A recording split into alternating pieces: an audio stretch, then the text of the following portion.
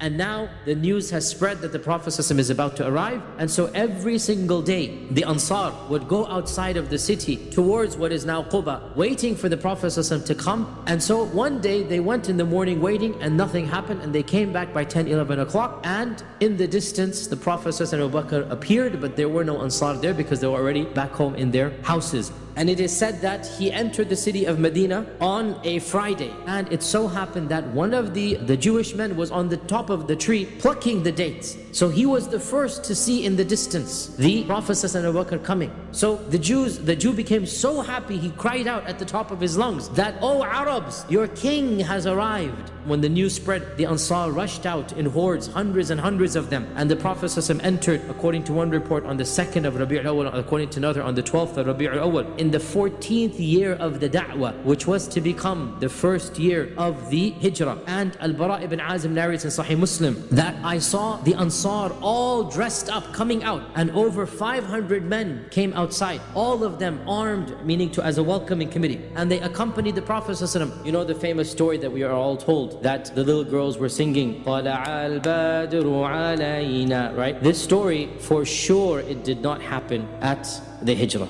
The women climbed up onto the houses. The children are thronging around to see. And the Prophet ﷺ is surrounded by literally hundreds, if not thousands of people, all of whom believe in him, all of whom are happy that he is coming. And for the first time, we get a glimmer of hope. Change is in the air. We can sense that a new tide is coming, that the change has begun, that the blessings of Allah subhanahu wa ta'ala will signal a new era. And this is the seed of the first Islamic nation.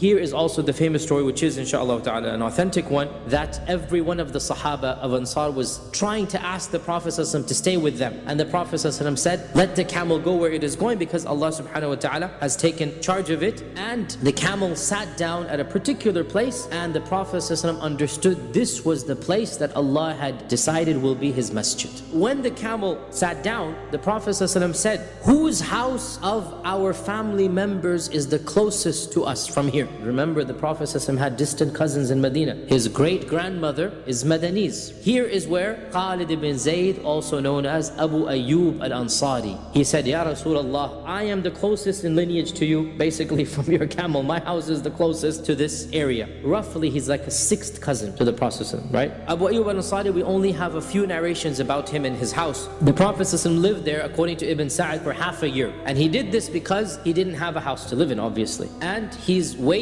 for the masjid and the house to be built. Abu Ayyub's house also had 2 stories in it. And so Abu Ayyub and his wife moved upstairs, and the Prophet ﷺ and Abu Bakr were living downstairs. Ibn Hisham mentions a story that occurred one night, that in the middle of the night, Abu Ayyub turned over in his sleep and he knocked over the water bottle. And he became worried that the water would seep from the 2nd floor, basically, and drip onto the Prophet ﷺ as he was sleeping. And so he woke his wife up, and the two of them, they spent the entire night soaking their own blanket with the water, making sure, dreading basically that maybe one drop of water would possibly irritate the Prophet ﷺ. It is also narrated in a hadith in Musnad Imam Ahmad that one day Abu Ayyub was with his wife upstairs, and then فَانْتَبَهَ, he realized, and he said to his wife, "We are walking above the head of the Prophet ﷺ." And he realized this in the evening. And so him and his wife spent the night cramped next to the sides now. So they sit with their feet withdrawn in for the entire night. And the next morning, they go back down to the Prophet ﷺ and they say, "Ya Rasulullah, you have to move up."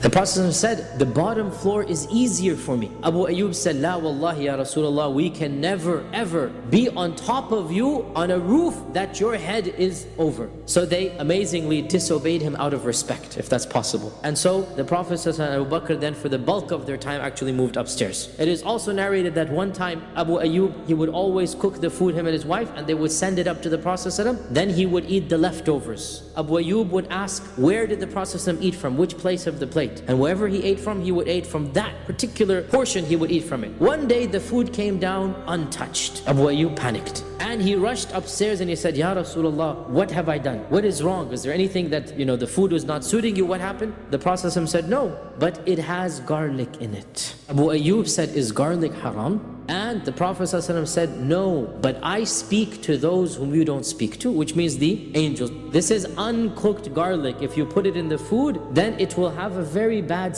after smell. getting back to the story of the masjid itself. As we said, the camel sat down in a small area of land. The Prophet ﷺ said, who does this land belong to? They said that it belongs to so and so and so and so. They are orphans, their father owned the land, now they have inherited this land. So the Prophet ﷺ said, call them here, we're going to build a masjid here, so we need this land. According to one narration, their names were Sahal and Suhail. When the orphans came and they figured out what the Prophet ﷺ was doing, they were already Muslims. They said, Ya Rasulullah, this is a gift to Allah from us. The Prophet ﷺ said, no, I will only take it with its due price. And he negotiated a price with them, and he paid them the money to purchase the land from them. And he ordered that the few date palms that were there were probably less than a dozen. He ordered that they all be cut down, and he used those very trees to form the walls of the masjid. Talk about being green and conservation. The front and the back walls were made with those trees, and the side walls were made with the clay bricks that they had in Medina at the time. And there were one or two graves from very old still over there. He ordered that those corpses be buried outside. And the Prophet ﷺ participated along with them in the construction of the masjid. There was a whole line going, the Seerah books say, from the quarry to the masjid, and the Prophet ﷺ became a part of that line. And when one of the Sahaba tried to make him sit down and work and do the work, the Prophet ﷺ refused and cooperated with them. When the Sahaba saw him, they said, Wallahi, if we sit down and the Prophet ﷺ is working, then this from us is a very astray matter. This is a very shameful and misguided thing from us. And it is said that the Prophet ﷺ began saying lines of poetry at the time, along with the Ansar and the Muhajirun. Allahumma innahu la khayra illa khayra al-akhirah. Oh Allah, there is no good other than the good of the akhirah. Farham al-ansara wal-muhajira. So have mercy on the Ansar and the Muhajira. One incident is narrated here, and that relates to Ammar ibn Yasir. And he is carrying two large bricks, and his entire body has been dusted cover to cover. And he says, and in my opinion this is like a joking thing to say, in that he didn't mean it seriously. He said, Ya Rasulullah, they're killing me by giving me 2 stones and they're taking only 1. So what did the Prophet ﷺ do? He smiled and he brushed the dust off of him, and he said, no, O son of Sumayyah, they are not killing you. Rather, the people who shall kill you will be al-fi'atul baghiyah. Al-fi'atul baghiyah means the group that has gone beyond the bounds. And he also said to him, everybody's getting 1 reward when they carry their stones, you're getting 2 rewards with your 2 stones. And he said to him, the last thing you shall drink in this world will be a glass of milk. Right? SubhanAllah, he predicted the death of Ammar ibn Yasir. It is well known that Ammar was drinking some milk, and then he went to fight in the battle and he died. So this hadith was said at the building of the masjid of the Prophet ﷺ, and it is narrated in Al-Bayhaqi's Dalail that it took almost 2 weeks to build the masjid. And for its time it was extremely large. And Allahu A'lam, but some modern estimates have said around 100 by 130 feet. Also we learned that there were at least 3 main doors. One on the south side, that's the Bab al-Rahmah. One on the west side, that's called Bab Jibreel. And one on the east side, and that is called Bab al-Nisa. And the reason why it's called Bab al-Nisa is that a few years later,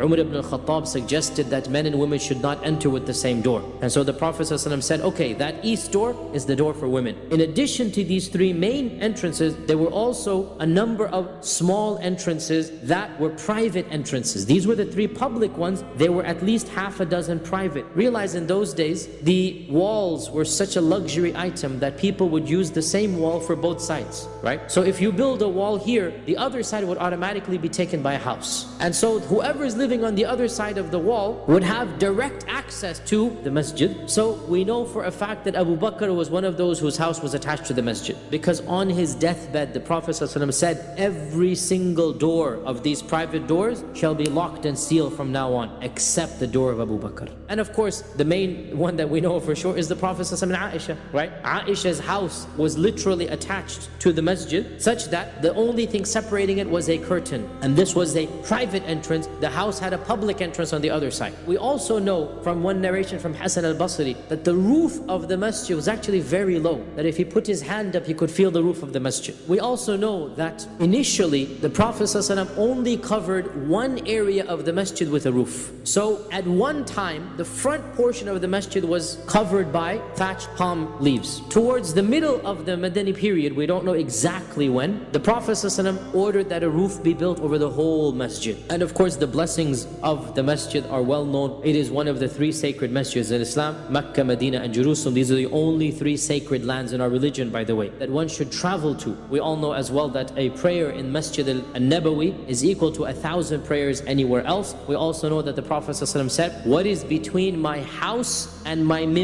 is one of the rawda. Rawda means a lush garden. Rawdatun min riyadul jannah. Scholars have differed. What does this mean? One interpretation is that that very land will be transferred to Jannah. A more common interpretation is worshipping Allah on that land will get you to Jannah. We know that in the early portion of the Madinah period, one of the stumps of the tree, the Prophet ﷺ used it for his mimbar. In one hadith in Bukhari, it is said, he even prayed his salah on the stump to show the Ansar how to pray. Until he had to do sajda, then he cannot do sajda. So then he stepped down, he did sajda, and then he went back up onto the stump. So for a few years, he would give the khutbah on this stump. Remember, the trees were cut down. One of those trees was used as his mimbar. Then in Sahih Muslim, we learn that one time the Prophet ﷺ told one of the Ansari ladies there, who had a slave who was a carpenter, tell your carpenter to make for me a mimbar. And so the carpenter made a mimbar of 3 steps. The 3 steps were placed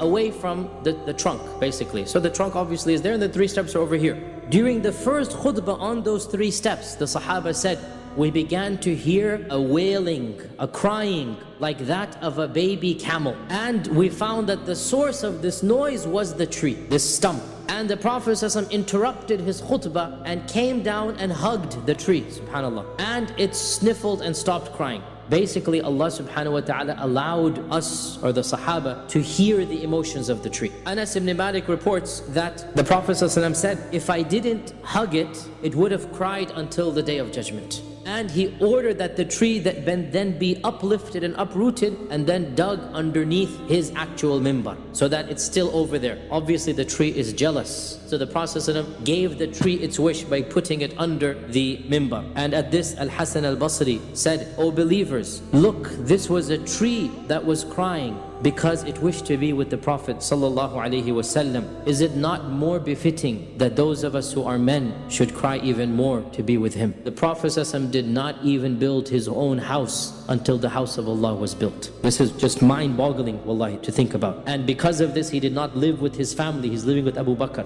We see therefore the importance of the masjid. The masjid even before his house, ﷺ. The masjid was the place of ilm. This is where halaqat would be given. The masjid was the place of shura. This is where the Prophet ﷺ called the Sahaba in the battle of Badr, in the battle of Uhud. He's calling them, what do you think we should do? It's basically the constitution place as well. It's the place where people come together and decide affairs. The masjid is socialization. The people would socialize over there. The Prophet ﷺ would ask them about their days of jahiliyyah and they would laugh and joke inside the masjid. The masjid was a place of celebration. Their nikahs would take place in the masjid. From it, even the armies of Islam spread, because they would be arranged inside the masjid and then they would go out from there. And in it, those who had no house would sleep. SubhanAllah, the Prophet ﷺ was in his masjid more than he was in his own house. One thing that we don't know exactly when is the changing of the raka'at of the 5 salawat. Now, when were the 5 salawat decreed? We all know. Isra wal Mi'raj. So people are praying 5 times a day. However, at that time, every single one of those 5 was 2 raka'at. Sometime early on, the Sahaba, the Prophet ﷺ started praying as we now know it, right? 2, 4, 4, 3, 4. We also know that within the first month or two, the question arose, how was the time for prayer to be given? The Prophet ﷺ called the Sahaba and they said, and he asked them, how should we call the people at the time of the salah? What is your idea? And so they started discussing what should be done. One of them said, let us use a bell like the Christians. But this was discarded. Others said, let us use a shofar.